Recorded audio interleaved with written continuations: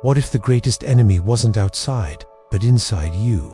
Not in the criticisms others make of you, but in the voices echoing within your own mind. What if the walls surrounding you were invisible, built from memories, traumas, silent fears, walls no one sees but you feel, with every delayed decision, with every dream set aside? Sometimes silence is louder than a scream. Sometimes taking a single step is more powerful than breaking down a door, because that step isn't external, it's internal. It's the step of courage. Without an audience, of faith, without applause. We live in an era where strength has become a spectacle, where haste is a virtue, noise is an argument, and the ego is crowned king. But there is a wisdom that moves against the current, an ancient knowledge that doesn't need to win to prove its strength. It simply remains serene, steadfast, unshakable. It's the art of waiting, without losing yourself, of enduring, without growing hard, of trusting, even when nothing changes. True strength isn't in tearing down the wall, but in continuing to march, while it still stands. If you've ever felt like life forces you to walk in circles, like you're trapped in a meaningless cycle, like your effort goes unnoticed, or like the silence around you is deafening, then this video is for you. Stay until the end, because today we'll uncover the Stoic message behind unshakable minds topple unbreakable walls. Lessons from Jericho. Jericho wasn't just a walled city, it was a symbol, a monument to the impossible. Its walls rose before the eyes like proud giants, thick, tall, built to withstand, built to humiliate anyone who dared dream of crossing them. Every stone seemed to shout, "You are not enough." Every tower whispered, "Give up." Facing those walls was Joshua. He was no ordinary man. He was the successor of Moses. On his shoulders rested the weight of a people's hope and the living memory of an ancient promise. He wasn't a leader of fiery speeches. He was a man of silence, of listening, of inner resolve. There was no arrogance in him, only vigilance. He wasn't driven by fear of failure, but by the duty to keep going. The people followed him not because he shouted the loudest, but because he never yielded.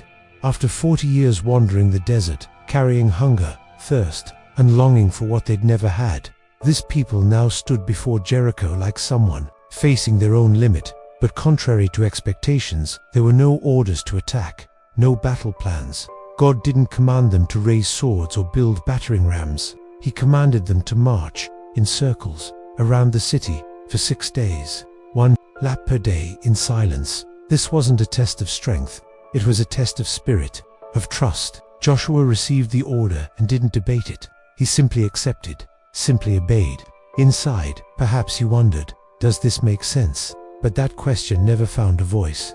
The doubt lived within him, but it didn't guide his steps. He ordered the people to march, without speaking, without arguing, just walk. And so it began. At each dawn, the Israelites set out in formation, silent as monks. The sound of footsteps on the earth was all that could be heard. No words, no songs, no war cries, just the noise of dust being trampled by obedient, exhausted feet. And so passed the first day, the second, the third. By the fourth day, eyes began to wander. The silence, once reverent, began to weigh heavy. Are we just walking in circles? Someone must have thought. Are we being ridiculous? Another might have muttered. If speaking hadn't been forbidden, what hurt wasn't the waiting, it was the absence of logic, the sense of futility. Marching around an unbreakable wall with no apparent action was harder than wielding a sword, because it demanded an inner strength, a strength that doesn't show. By the 6th day, the silence itself had become a battle, a bloodless war, but with wounds. And yet, Joshua didn't retreat. He kept walking, silent. Each step seemed like a wordless prayer, each lap a declaration of faith. The walls stood there, untouched, as if mocking that absurd perseverance. But something was shifting, not outside the walls. Inside the people, the ego was being crushed, the haste tamed, the need for control dissolved. On the 7th day, the order changed. 7 laps, not 1. 7, the same march, the same silence, but now, repeated, prolonged, stretched beyond logic, beyond patience. It was as if they were being pushed to the edge of emotional control, to the point where the only thing left was to keep going. And they did. At the end of the 7th lap came the sound, not a sound of despair, not the scream of someone who'd lost their mind. It was the sound of obedience, of discipline taken to the extreme, of trust that had endured mockery, doubt, fear, and exhaustion. The trumpets sounded, and then the people shouted. It wasn't a shout of rage. It was the shout of those who had waited, of those who had marched, of those who had stayed silent, of those who had accepted silence as part of the battle. And in that moment, the walls, the ones that had seemed unshakable, fell. They didn't collapse from impact, not from violence, but from a kind of strength the world doesn't understand. The wall fell because the people had become different in its presence, because what needed to change wasn't the wall, but the soul of those facing it. They didn't break Jericho, they broke themselves first. Pride was dismantled, haste was silenced, the will to dominate was replaced by the virtue to endure, and then the impassable fell on its own. This story isn't about miracles in the mystical sense. It's about the silent transformation that happens when we agree to march without guarantees, when we resist the urge to force things, when we understand that some battles aren't won with strength, but with persistence, with humility, with waiting. Joshua wasn't an ordinary warrior. He was a Stoic, long before the word existed. He didn't seek applause. He didn't need certainty. He simply marched, one step at a time, carrying within him a conviction the external world could never provide. This is the hidden wisdom in the fall of Jericho. It's not about walls of stone. It's about invisible walls, the ones separating us from who we could be if we remain faithful to the process. That wall only falls when something inside us falls first. And what remains, when the noise ends, is who we truly are. Joshua stood before a wall, literally, a physical obstacle, tall, thick, imposing, but what made him a wise leader wasn't his strength to break stones. It was his ability to look at the insurmountable and refuse to be shaken by it. It was his decision to see the obstacle not as an insult, but as an opportunity to resist without hardening, to act without losing balance. As Epictetus would say, it's not things that disturb us, but our judgments about them. The wall of Jericho was a reality, just like our problems today are real. Debt, illness, betrayal, closed doors, empty days. But what destroys us isn't the wall itself, it's what we think of it. It's the fear we project, the anxiety we feed, the despair we allow. Joshua didn't see the wall as a barrier. He saw it as a test, not of power, but of clarity, not of strength, but of control. Wall was just the setting. The real battle was internal, and he knew it.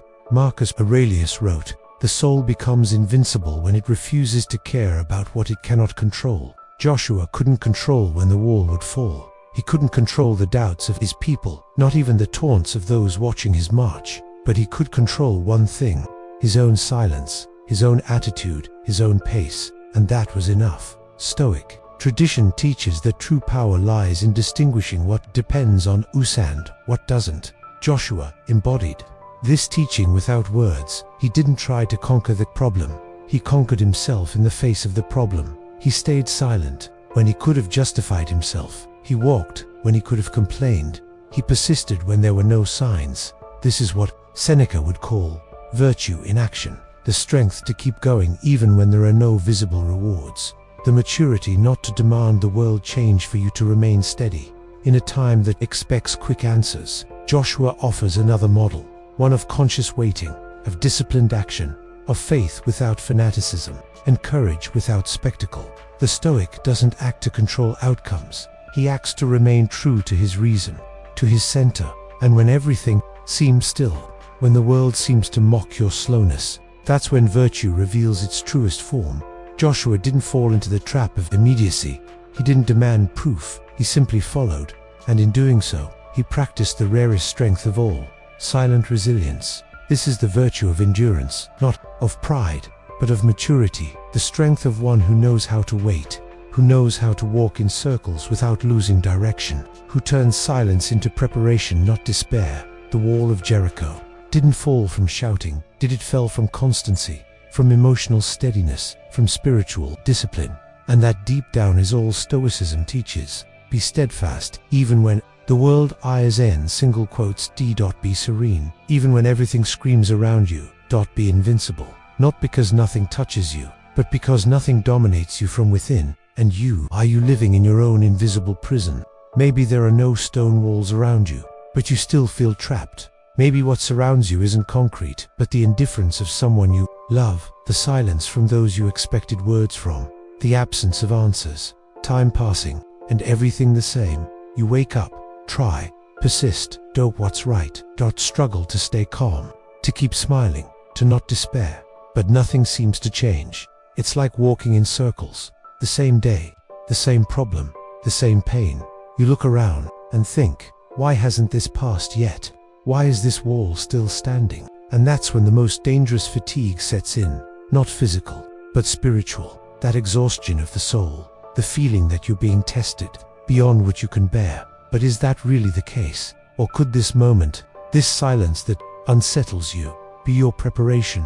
Maybe you're trying to tear down a wall with shouts, when what it demands is silence. Maybe your instinct is to fight, react, explain, convince, but wisdom lies in resisting with dignity, in not being corrupted by haste, in not getting lost in the pain. How many times have you tried to force your way over something that would only fall?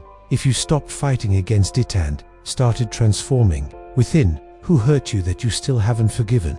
What was denied to you that you still demand? What part of your story are you still trying to rewrite, when perhaps the real power lies in acceptance? You're pressuring yourself to win now, but victory may not be about conquering. Maybe it's about enduring with serenity, staying true to your path, even when no one understands, even when it seems pointless, even when doubt shouts louder than faith. Remember, Joshua didn't conquer Jericho with shouts. He conquered with discipline, with steadfastness, with silent marching.